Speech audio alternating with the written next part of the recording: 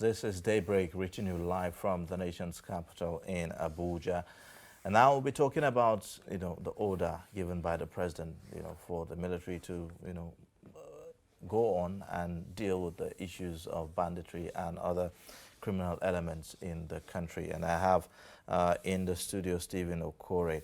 Now, insecurity in Nigeria took a different dimension in recent weeks when fighters suspected to be members of the Islamic State for West African Province, ISWAP, attacked the Nigerian Army University campus for security and strategic studies in Buratai town, Biu local government area of Borno State. Now, it was reported that 2 employees of the university were killed by the insurgents. Reports say that the insurgents overran the soldiers guarding the campus, who, after exhausting their bullets, reportedly took to their heels. And so we'll bring in perspectives to this and more on this segment of the show. Stephen Okore, welcome to the studio and thank you for joining us. Thank you for inviting me. Now, quite a number of things. We saw this video that went viral on social media of how, Boko Haram members brazenly, audaciously attacked, a military, I will call it a military base because it's more like one of it, that camp in Biu, local government. And that happened, just a few days before the Armed Forces Remembrance Day, so that, how would you respond, to that timing, and the attack itself? Yeah, you see, these daredevil guys, they like sending signal, to the authority, the military, the government of the day and all that. If you see when the president went to Borno some couple of weeks ago, I think the day before he got there or so, or the very day, they struck. They try to send message that they are on ground. Whatever the government think they are doing or telling Nigerians that they are doing against them, they just want to give that impression that the things that the government is saying is not correct, and that is why they keep doing what they are doing. And you see, I feel so saddened when a military base or institution like that is being attacked by these miscreants. It still goes to show that they are telling us, those of us that are ordinary civilians, that we are nothing before them if they can, go to strike in such a place that is supposed to be protected and heavily armed. So even the military institution is even a small place compared to where they have gone to strike. They have gone to barracks, so that's to show you the kind of... But is that not expected? I mean, situating a military school, an institution like that, yes, in Biu local government, northeast Nigeria, where we've been fighting this insurgency for quite a while now. Is it not expected that, at any time they could strike? And so what does it say about our level of, preparedness and, being on guard? That's the point. And, each time I appear on the forums like this, I try to let the audience, know that there's need for military to be proactive, You see, I keep saying it that there's no need for them to be complacent, because there's more to do, ahead, than what they have achieved previously, So there's need for them to be very proactive, to be responsive, and be professional about what they are doing. You see, I feel very bitter when I heard that they ran out of bullets when they were challenging these ISWAP members, Such a news is not good to hear, So they should be up to the task, to see how they tackle such situation. Not running out of bullets or coming to tell us that they had more sophisticated weapons than what our own security agents are carrying, So there's need for them to be proactive. Sometimes you look at them, they hang these guns as if they are handbags, They are not professional in the way they are supposed to even position themselves. I took a trip out of Abuja, I came back yesterday. I saw some lapses in in our security agencies the agents that I saw on the road, both the military and the police, you know, you see them engaged in talking to Okada riders, forgetting that one criminal can come and pass with whatever he or she has in his car, you know. So they need to be professional. That's it. All right, now if you look at this and you look at the marching orders given by the president Yes. just recently for the military to go ahead and crush Yes. you know, bandits in the northwest and all of that, does it hold any weight you know, for you? You see, for me, I don't think that the president needs to give marching orders to the military to carry out such. It's their job. The Constitution already has mandated them. It has ordered them to carry out such tasks against criminal elements when they are causing injuries on innocent citizens that go about their lawful businesses. So for me, that marching order, I am not comfortable with that. You know, it's as if the Constitution does not even give them any powers to do what they are doing. So until they wait for the president to give them marching orders before they begin to carry out the job that they are scheduled to do. When the service chiefs were sworn in, the Constitution, you know, they came to the Senate, they were screened based on the Constitution and others. So the Constitution has already empowered them. Anybody that is saddled with any responsibility to see that Nigerians are safe and Nigeria is a secured state, they have the mandate of the Constitution. So if the president does not give marching orders, won't they go about their... Yeah, we've heard a lot of people blame the president that he does not give orders to, you know, the military to deal with decisively with the bandits and all of that. We have heard people like that blame the president. You know, in fact, on Saturday we had one, you know, that was insisting that, look, the president is not, you know, giving them the orders that they need to go ahead, and so they stand down and all that. Does that make sense? I think that they are just trying to blame the president, you know. Just the way I said, the Constitution already gives them the powers. You know, if you carry a gun as a military or a police officer to protect citizens of this country, and you see the enemies coming, will you stand and wait until the president gives a marching order to fire or shoot? You don't need that anymore. You will already be given that powers to go ahead to do that task. So when I hear that kind of comments from people and saying that the president needs to give a marching order, for what again? When they've been mandated, it's clear in the act, either the Constitution or the act that established them, their mandate is clear. So why do you need that for? So they just want to shift the blame to the president. But the fact is, they should do what they are supposed to do because the Constitution or the act that established them has already given them that mandate. All right, now this banditry, this payment of ransom is also another issue that is really raising concern. Residents in Zamfara, you know, are saying that, look, over 100 million naira has been paid to bandits so far. Do you see this as something reinforcing, you know, these bandits in the way they carry out attacks? You see, it's quite unfortunate that money such as that, huge amount, are being paid by poor citizens to see that they are safe and secured. But if they, even at that they pay such an amount of money, are they still in a safe zone? Because if you pay to this set of bandits, another set comes, they will not take note of the fact that you had already paid to the previous set of bandits that came to your community or their community. Are they issued receipts?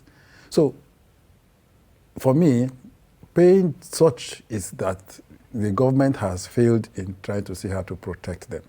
You know, so they are trying to source for another means of protecting themselves. So they will be forced to pay such levies or ransom when they are kidnapped and all that. So I think that they are in a quagmire situation. Citizens, you know, because you don't even know the next thing that will happen. You are very unsure of what's going to happen next. So they try to see how to prepare themselves against any unforeseen situation. So it's quite unfortunate that they pay such an amount of money. But what I think and I hope is that the government needs to see how to protect lives of citizens and their property. Now, this is 2022, and Yes. we're approaching the general elections Yes. in a few months, about 14, maybe 13 for 14 months. Yes, months, Yes. you know, to the elections, and the conversations are getting louder. Do you think that, you know, with the whole discussions about politics, we are really paying attention as we should on these issues of insecurity in the country? Are we matching, you know, our actions, you know, with the kind of reality that there is at the moment? Excuse me. Yeah, from the last point that you made, it's obvious and crystal clear that we are not paying attention. And with this forthcoming election, of course, you know that attention will begin to shift, you know, because interest of politicians matters to them most than even citizens that they are there to either make laws on their behalf or govern them when in one political office or the other. But right now, you will see that attention has shifted from protecting citizens. They are going about consulting major stakeholders in their various political parties and all that. But I think that the sectors that are supposed to manage the security of lives and property, they are not politicians. You know, politicians, for me, I think that at this point they are supposed to see how to provide whatever all the resources that they need to get, you know, for the security agencies to be able to carry out the task of protecting lives and, of citizens. Because if the citizens are not alive, they won't be there to vote for whoever that is aspiring for one political office or the other. So monies that are meant or is meant for the security agencies to protect citizens and all that, for them to be alive to even vote, should be provided for them and released as I went due, you know. Because you see, I keep saying it to be on the paper that they have released, but it hasn't gotten to them. You keep hearing the complaining of shortage of funds. You know, even up to this morning, I was listening to the radio, they were complaining of shortage of funds, you know. So there's need for the government to provide what is meant for them. Then whatever they want to use to go and do their elections, Yes. they can go ahead and do that. Well, but I mean, we've heard countless times how the security chiefs will say, well, all that is needed to fight this have been provided. The president has given approval for every fund, you know, that have been requested, Yes. you know, with respect to that. We've also heard from the Minister of Finance as well, who have always said that, look, as far as insecurity or security is concerned in Nigeria, they do not delay, Yes. you know, disbursement for, you know, issues of security and all that. So, where is the missing link? I mean, if we are talking about, you know, lack of ammunition, you know, by troops and all of that. You see, some of these statements can be politically made. You understand? It's possible that it is not the way they are saying it, but they want to say it just to keep their jobs, you know. I've given an instance of the immediate past Chief of Army Staff, where when he came to the National Assembly when he was appointed as an ambassador. He said it there publicly that insurgency in the Northeast, it will take the next 20 years or more. But he didn't say that when he was Chief of Army Staff. So some of these statements, they just say that of politics, you know, just to see that they keep their jobs. Well, you see, there's a difference between somebody is serving in the military or the police, statements that will come out of somebody's mouth, and when the person retires. You know, when the person retires, he begins to have the guts to say certain things. But once they are in power, or whenever they are in power, they don't say it. You know, so we should be able to say it when you are in power, you know, so that we will look at it.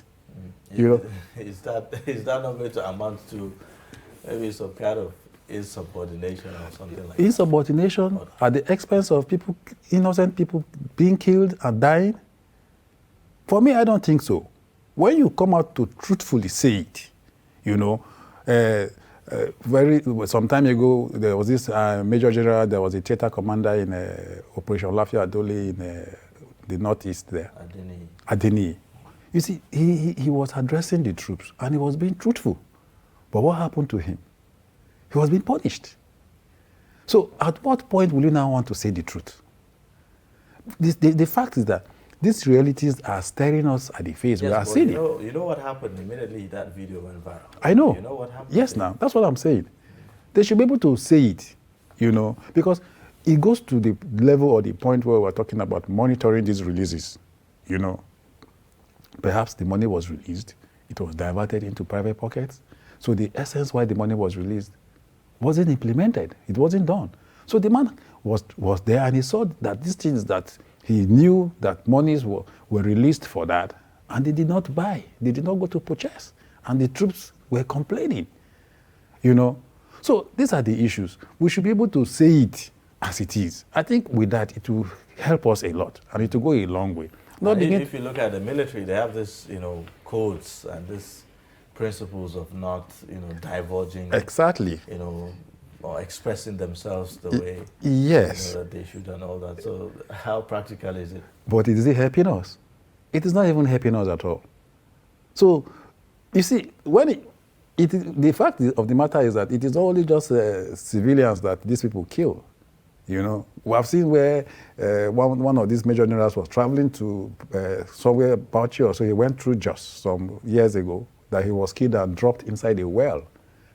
We have seen a former provost marshal that was killed on Lokoja Abuja Road. We have seen the other one that was killed recently in that northeast region. A lot of them. So they're also being killed. So whatever they are doing to set the pace, to do what is right, it is also going to help them. It is not just for us alone. So there is need for them to come out to say, exactly this is what it is. Not diverting these funds and using it for their own private use, So that's my take on that. All right. Well, we'll take a quick break now, and then when we come back, we'll continue the discussion on the program. Yeah. Stay with us.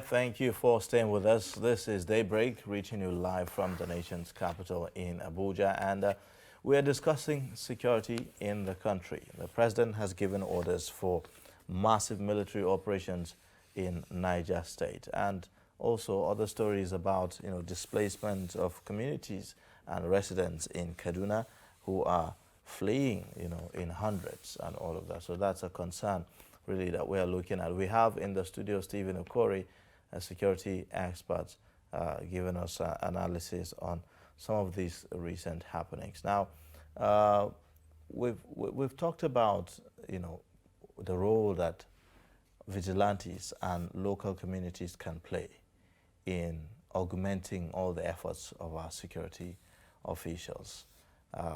In particular, the governor of Katsina State have been very, very insistent on this. You know, he has urged, you know, communities to defend themselves and all of that.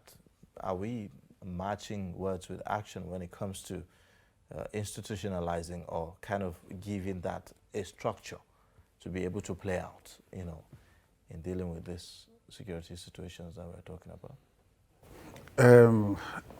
The governors are trying their best in that regard. Just the way you talked about Katsina governor, Niger too is doing the same.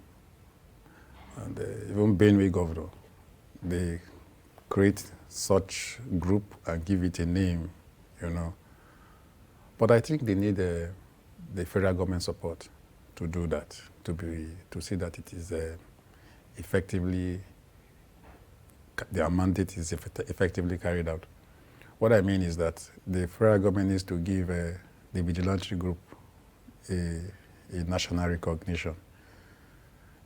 Because what you want to talk about, fighting or managing insecurity in local communities, in our local communities, we need the support of the vigilante.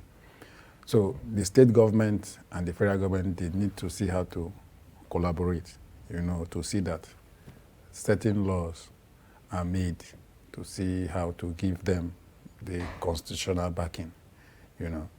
You see, these vigilantes, they live on voluntary donations from members of their communities, the ones that have something to spare, you know. So these are the things that they live on. Yes, but, you know, if you talk about that, some would say, look, the governors, they get what they call security votes, Yes, isn't it? yes. So what else? I mean, is that not enough to take care of such things? Which of the governors have come out to tell us how he spends his security vote?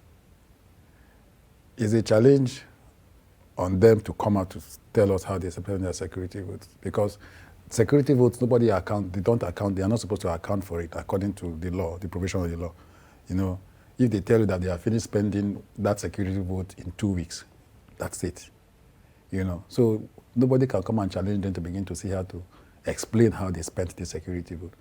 But I think that with all these challenges that they have in their various states, the onus behoves on them to see how to genuinely spend these security votes without diverting it into personal use. Because the stories making the news is that they divert these security votes because they are not supposed to explain how they spent it, you know.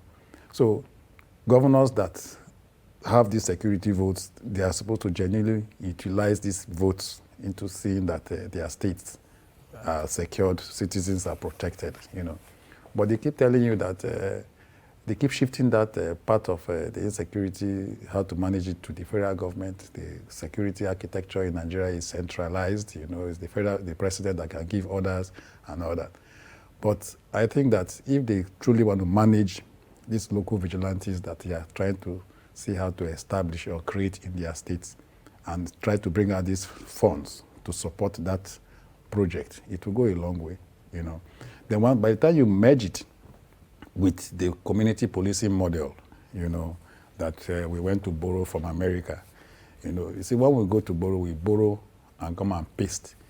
It's forgetting that our peculiar situation is different from where we have gone to borrow, you know. So when they manage these things, you know, this vigilante community policing model with the police, if that approach is put together, we will get fantastic results. Arming these vigilantes, you know, what does it take to arm them, you know, with the right weapons that they will be able to augment, you know, the security personnel that we have? Some of them, they use shotguns, you know, and all of that, Dane guns and the rest of them. And some of them, they use the hunting guns that they are using, you know, to be able to do this. So, and if you look at that, is that effective? You know, would it match the kind of weapons that the bandits and terrorists are coming with, you know, and all that? So That's an area to look at, isn't it? What does it take to arm them? That's why I said there's need for the federal government and the state government to come together to see how to put certain laws. If it means the National Assembly passing the laws that will enable the vigilante to carry weapons that will be more than what you just read out, I think they're better for us. You see, the fact is all hands must be on deck. It is not about the military or the police alone. Even civilians that are not even carrying guns, all of us, we have roles to play in this regard. You know, traditional rulers, the clergy, you know, when these people come to either the church or the mosques and all that, the pastor or the reverend father should know what to tell the people. The imam should know what to tell the people, because it's from amongst these people that these criminal elements go to harness people that they feel they can work with, you know, convince them to come and join them, you know. So that's where I think that the federal and the state needs to see how to put a law that will enable the vigilante to carry weapons that will be more than. What kind of law do we need? I thought we already have, you know, some of these laws. I'm looking at laws that maybe that will permit the vigilante to carry weapons or arms that is more than just a hunting gun, you know, because these other criminal elements, they come with what is more than a hunting gun. So it means that even if these vigilante are just there with these hunting guns, their impact will not be felt that much, you know, because by the time they exhaust whatever the hunting gun is carrying, they will look for somewhere to hide, and that will give these elements the opportunity to strike, you know. So I'm looking at where the law that will aid them to carry what will be more than just that hunting gun that they are carrying now, or just bow and arrows, you know. So that's the area I'm looking at it. Okay. Yeah. All right. Now, the president has also spoken about, you know, the role of traditional rulers. Yeah. You know, in this fight against insecurity and all of that. How much how much can the traditional rulers actually do, you know, in this fight? Before we begin to talk about the roles of traditional rulers, you see, if you remember the 1999 Constitution, the roles of traditional rulers was expunged compared to the 1960 and 1963 Constitution, where they had a very robust role. It was stated clearly what they ought to do. So right now, you see traditional rulers, what they do is just mere advisory, let them do this, let them do that, and all that. So I think that there's need for the government to see how to reintroduce the roles of traditional rulers into the current 1999 Constitution as amended. You know, that will give them some kind of legal or constitutional support or backing, so that by the time they make certain statements or comments, it goes to show that they are relying on something, you know, because you and I know that traditional rulers have critical roles to play, you know, because most of these criminal elements, their camps, they hibernate within these communities that we are talking about. So if you do that, then, you know, one will begin to think, what would now happen to local government chairmen, you know, and you know, some governors and all of that? You know, what's the line that needs to be separated? How do we demarcate the lines, and clearly spelling out what traditional rulers to do and what local government chairmen will do in this context? There's nothing wrong with the institution, the traditional institution, collaborating with the local government and the state. You know, traditional rulers have key roles in security and peace building. You know, you cannot take that away. You know, their domains, they have their people living with them. So if a traditional ruler wants to move a step further to see that his domain is protected, what is wrong with that? It's just to draw the attention of the local government chairman. This is what I am thinking. I want to see that I do, you know. For me, I think that there's need for a close synergy, you know, between the relevant stakeholders and institutions to see that what we are experiencing today is try to see how they are reduced, because it's not a tax that one institution or a sector can carry out. And if you have that in place, what would you do, you know, with security, with traditional rulers who themselves, you know, are involved with, you know? Yes, they are aiding some of these bandits and terrorists. That is exactly. That's where we now go to the point where governors should not play politics when appointing traditional rulers. They begin to look at it that either the traditional ruler is his personal friend or a friend to his friend or something, you know. So they now try to relegate due diligence, you know, and following the appropriate process to see how to appoint a traditional ruler. There are some of them that are bad, but the government will not turn deaf ears into those issues raised against the traditional ruler, and they will just go ahead and appoint the person because the person is their friend.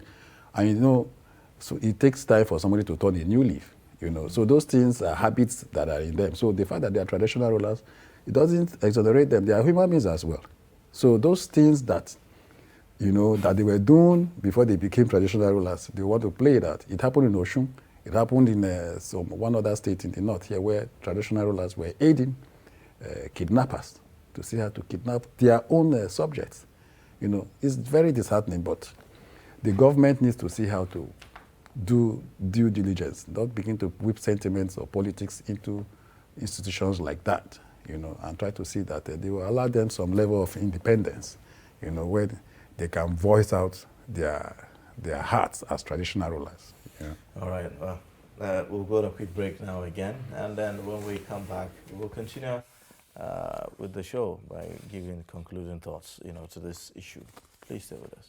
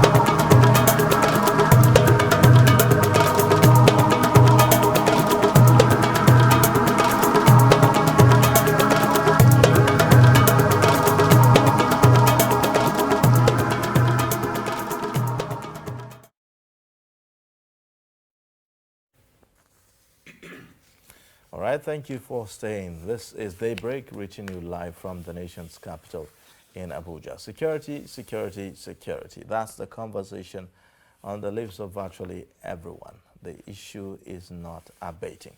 And so we have in the studio Stephen Okori, a security consultant and expert, speaking to us and give us perspectives on this and how best to deal and manage with the issue of insecurity in the country. Now, we are going to be taking concluding thoughts on this subject. With all that we've been saying, a lot of issues have been raised, not just today, but even in time past, as to how can we bridge the gaps that there are in this fight against insecurity in the country. So in concluding your thoughts on the program today, what are the loopholes that you've seen that need urgent attention? It's okay. Sorry. As we speak, Nigeria does not have a national security policy. What's the essence of the policy? It's a framework describing how a country should provide security for the state and its citizens. What we have is a national security strategy. And of course, you know that policy comes before strategy. We went to borrow this model from the United States, and we forgot that the United States had their own national security policy in 1947. So if you don't have a policy, what are you strategizing? Exactly. That's the point. We don't have. So there's need for us to go back to the drawing board, develop our own indigenous national security policy. That the strategy, this is the second strategy that we have on board. The first one came during the former President Goodluck Jonathan. Current president has reviewed it. It's a strategy that will drive the policy. What are the issues that the policy will address? How will it make a difference? The policy is now the base, the foundation in trying to see how we provide security. It will make the security sectors very effective. It will clearly define what they ought to do. The strategy now is to provide guidelines to see how to achieve what is contained in the policy. But we have left that. We have left the questions and jumped to the answers. You are providing answers to which questions now? What are you providing answers for? When you have left the questions, you have failed to identify the questions. You know, so this is something that is not known, but I think that we should draw the attention of the security agencies and the National Assembly, because it is a legislative process. It must pass through that legislation. So who is supposed to initiate that? Is it the lawmakers that will do that, or is it the executive that will do that? It's the executive that should do that, through the Office of the National Security Advisor. That is one. There's need for us to address that. It's very key. We shouldn't just be jumping into strategies when we have not put a policy together to see how the strategy can drive the policy. So it's important that the government, the federal government, should be aware of that.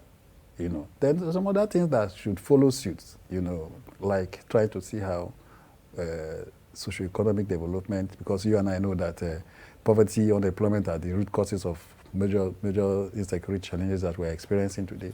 You know, good governance to see that people are provided with jobs. You know, the way we talk about, poverty and unemployment as some of the root causes of insecurity. Yes. In some of the developed countries in this world, that they have people who are comfortable. We still have security issues, and concerns. Yes. So, in that sense, would we say that this unemployment, poverty are some of the root causes, or should we say they are solely the causes of the insecurity that we're dealing with? In other words, no matter what you do, yes, there will still be crime. Criminal elements. Yes, that of will, course. Yes, disturb the peace of everyone, and all of that. So, how do we put it in proper context? Let me say by quoting Emily Duncan. Emily Duncan said that it's not a society without crime is impossible. But having said that, it behoves on the government to see how the crime that they experience does not escalate to the level that we're experiencing. Even the countries that you're trying to mention, is it their crime rate, is it as high as what we're seeing in Nigeria? It's not as high as that, So the fact of the matter is that when you arrest these people, their confession is that they don't have jobs, they are unemployed, they need to eat, they need to do X, Y, Z. But the fact of the matter is that there are countries or there are citizens to here that are still poor.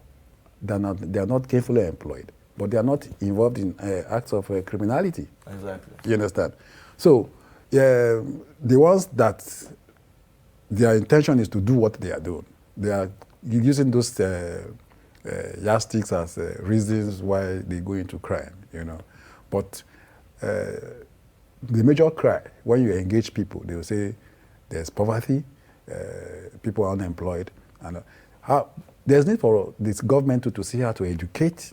Education here is key too, They should go to school, create environment where these people should go to school. When you go to school, that is when you know, And I'm quite impressed with what the armed forces are doing in terms of the radio station that they established, and even the police even established a radio station. Through this medium, they can tell the people, sensitize them, why they should not go into crime. They need to live in peace and harmony and all that. Then they should extend these radio stations for just not Abuja alone, to other states, so that they can communicate to these people in the language that they will understand. Well, language that they understand. I remember that phrase landed us into trouble some months ago. But thank you so much for coming on the show and sharing your thoughts with us on the program. We look forward to having you. Thank you for inviting me again. Yes.